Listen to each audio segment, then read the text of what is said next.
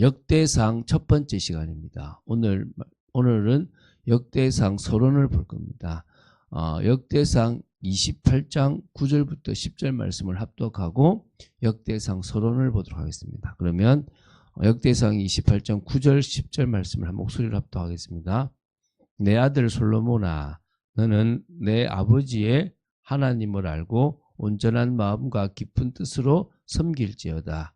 여호와께서는 모든 마음을 감찰하사 모든 의도를 아시나니 내가 만일 그를 찾으면 만날 것이요 만일 내가 그를 버리면 그가 너를 영원히 버리시리라. 그런즉 이제 너는 삼갈지어다.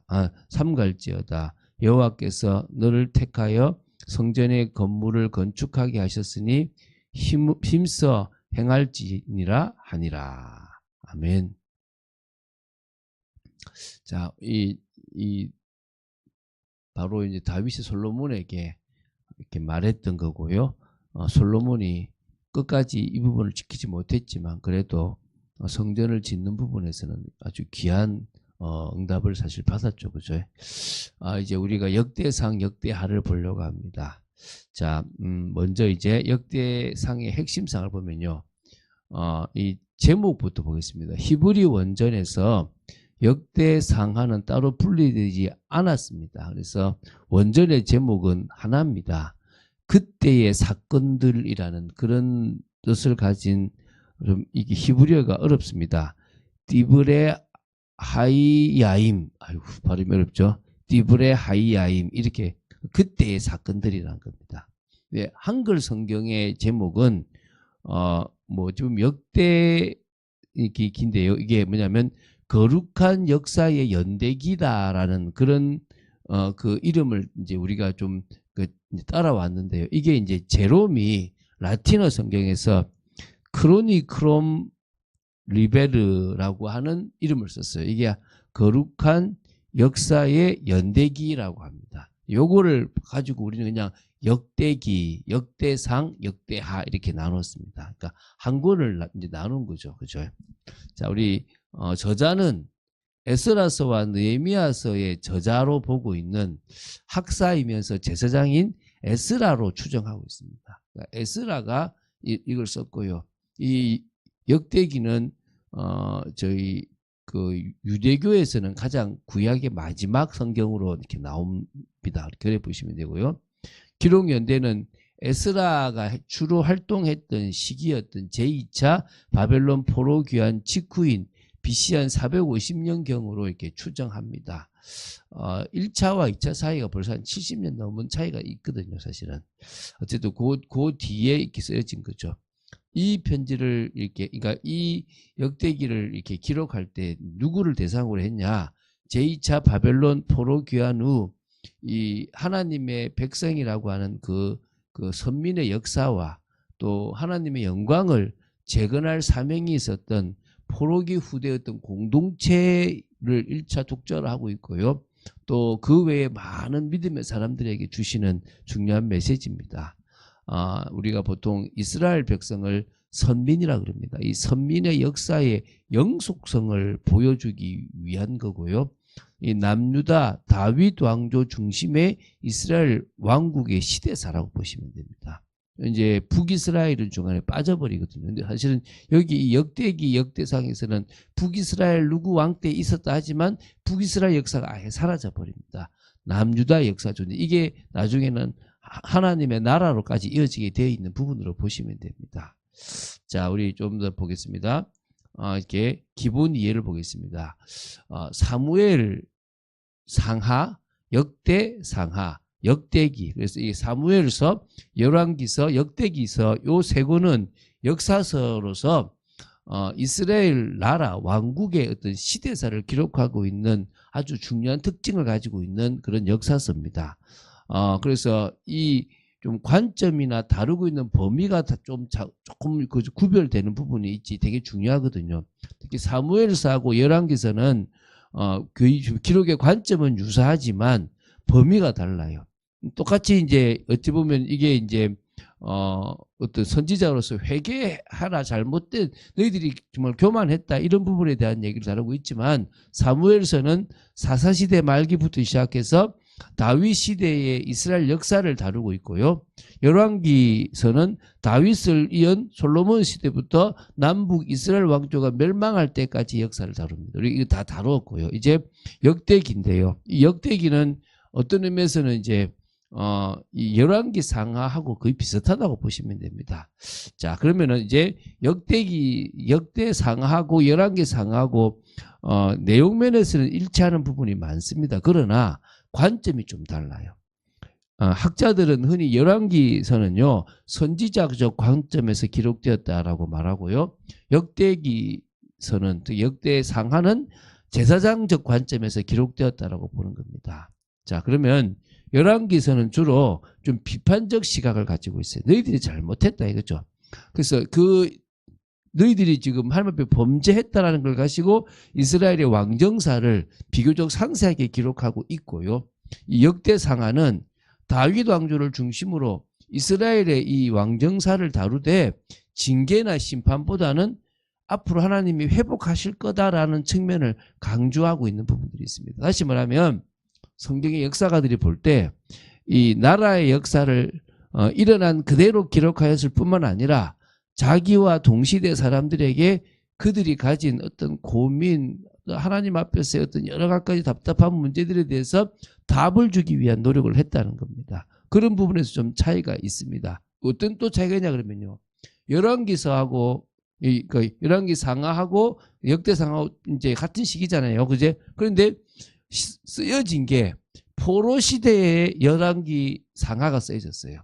포로 귀환 이후에 역대 상하가 쓰여진 거예요. 이게 차이가 있는 겁니다. 다시 말하면 열왕기서는 최근 예루살렘의 멸망과 성전의 파괴 그리고 다윗 왕조의 종말을 경험한 상태에 있었던 사람들에게 이 편지를 썼어요. 그러니까 한마디로 하나님께서 실패하신 거야?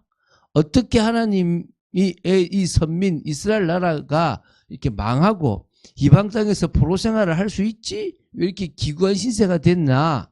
바벨론의 신 말뚝이 과연 이스라엘 하나님 여호와보다 강한가? 뭐 이런 여러 가지 그 시대에 생각할 수 있는 문제에 대해서 이렇게 답을 주고 잃어버린 정체성을 회복시키기 위해서 기록됐다고 보시면 됩니다. 그게 이제 이 말 그대로 이제 이 열왕기 상하죠. 그럼 역대 상하는 포로 시대 이후 귀환을 하고 그것도 2차 귀환까지 일어났을 때에 쓰여진 겁니다. 그래서 이스라엘 백성들이 제2차 포로 귀환이 이루어진 이유인데 이 성전이 파괴된 지 약 60년이 그러니까 성전이 재건된 지, 그러니까 파괴가 아니고 여기 봤잖아요. 재건된 지 60년, 70년이 경과한 때이기 때문에 나름대로 이제 안정을 찾을 거라고 생각했는데 여전히 혼란하고 여전히 고난의 시대예요. 왜냐하면 성전은 지어졌는데 성벽이 안 지어졌어요. 성벽이 안 지어지다 보니까 여러 이방인들로부터 공격을 받고 온갖 핍박을 당하고 낙심이 아주 심했다고 보시면 됩니다. 이런 거죠. 포로로 잡혀가는 심판을 통해서 하나님께서 이미 이스라엘과 언약관계를 맺으신 것이 아닌가? 우리는 아직도 하나님의 백성이 맞는가? 이스라엘, 이 예루살렘, 다윗에 대한 하나님의 약속들은 오늘 우리하고 무슨 상관이 있지? 왜 우리는 이렇게 여기 와서 이렇게 고생하지? 저 포로에 끌려가서 지금 남아있는 저 사람들은 우리보다 더 안정일 건데 우리는 왜 여기 와서 생고생을 하지? 이런 생각을 가지고 있는 겁니다. 이때 이스라엘의 역사는 연속적으로 계속 유지되고 있다라는 부분들을 바로 이제 답주기 위한 겁니다. 한마디로 하나님은 이스라엘을 선민으로 택하여 주신 이상 다윗 언약을 보존하시고 성취하시기 위해서 이스라엘 민족을 나라가 망한 후에도 보존시켜 주시다가 회복시켜 주시고 또 더 나아가서 하나님의 뜻을 이루시는 그 나라를 만들 거다라고 한 것을 강조하기 위해서 이게 기록된 거예요.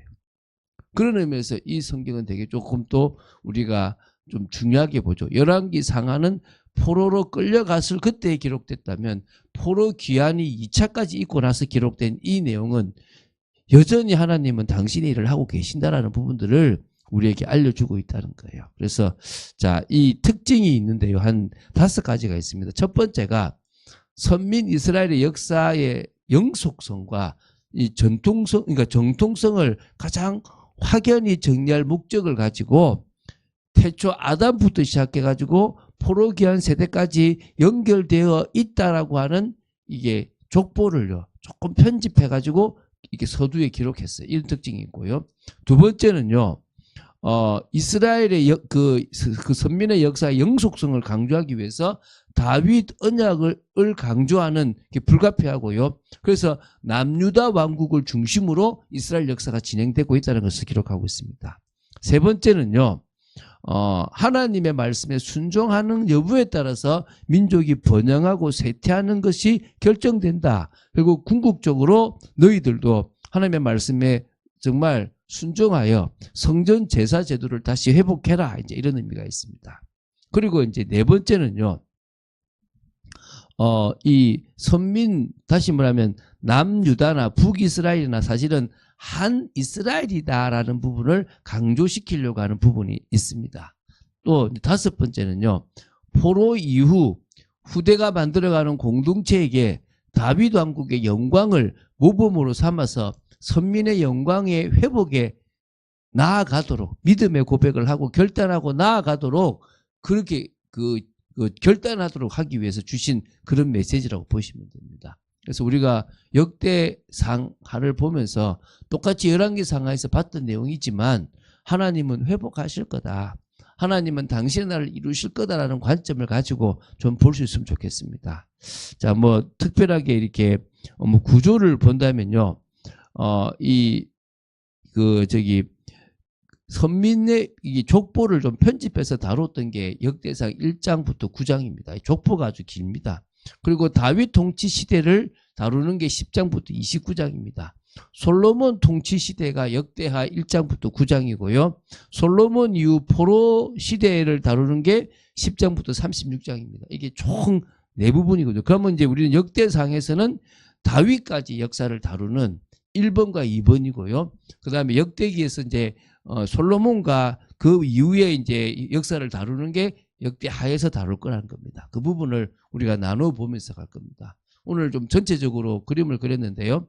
쉽게 열왕기 상하의 차이는 열왕기 상하는 북이스라엘에 다뤄진 반면에 이 역대기에는 북이스라엘에 대한 내용이 없습니다. 그리고 포로 때 또 포로 귀환 이후에 기록됐다라고 보시면 되고요. 그리고 비판적인 잘못됐다라는 시각을 열왕기 상하면 이 역대기는 회복을 해주려고 한다는 부분을 강조하고 있습니다. 그걸 알고 우리가 좀 인도받았으면 좋겠습니다. 주는 그리스도시요 살아계신 하나님의 아들이십니다. 이 새벽에 참 역사 공부를 한다는 게 쉽지는 않습니다. 그러나 이제 우리가 다시 이 내용을 훅 지나가면서 우리가 이제 성경 일독을 향해 달려갑니다. 우리가 이 새벽에 이 말씀들을 봐나가는 게 부담되지만 더더욱 은혜 가운데서 저희들이 하나님을 알고 하나님을 이해하는 축복이 있도록 지켜주시옵소서. 주 예수 그리스도 이름으로 기도드립니다. 아멘.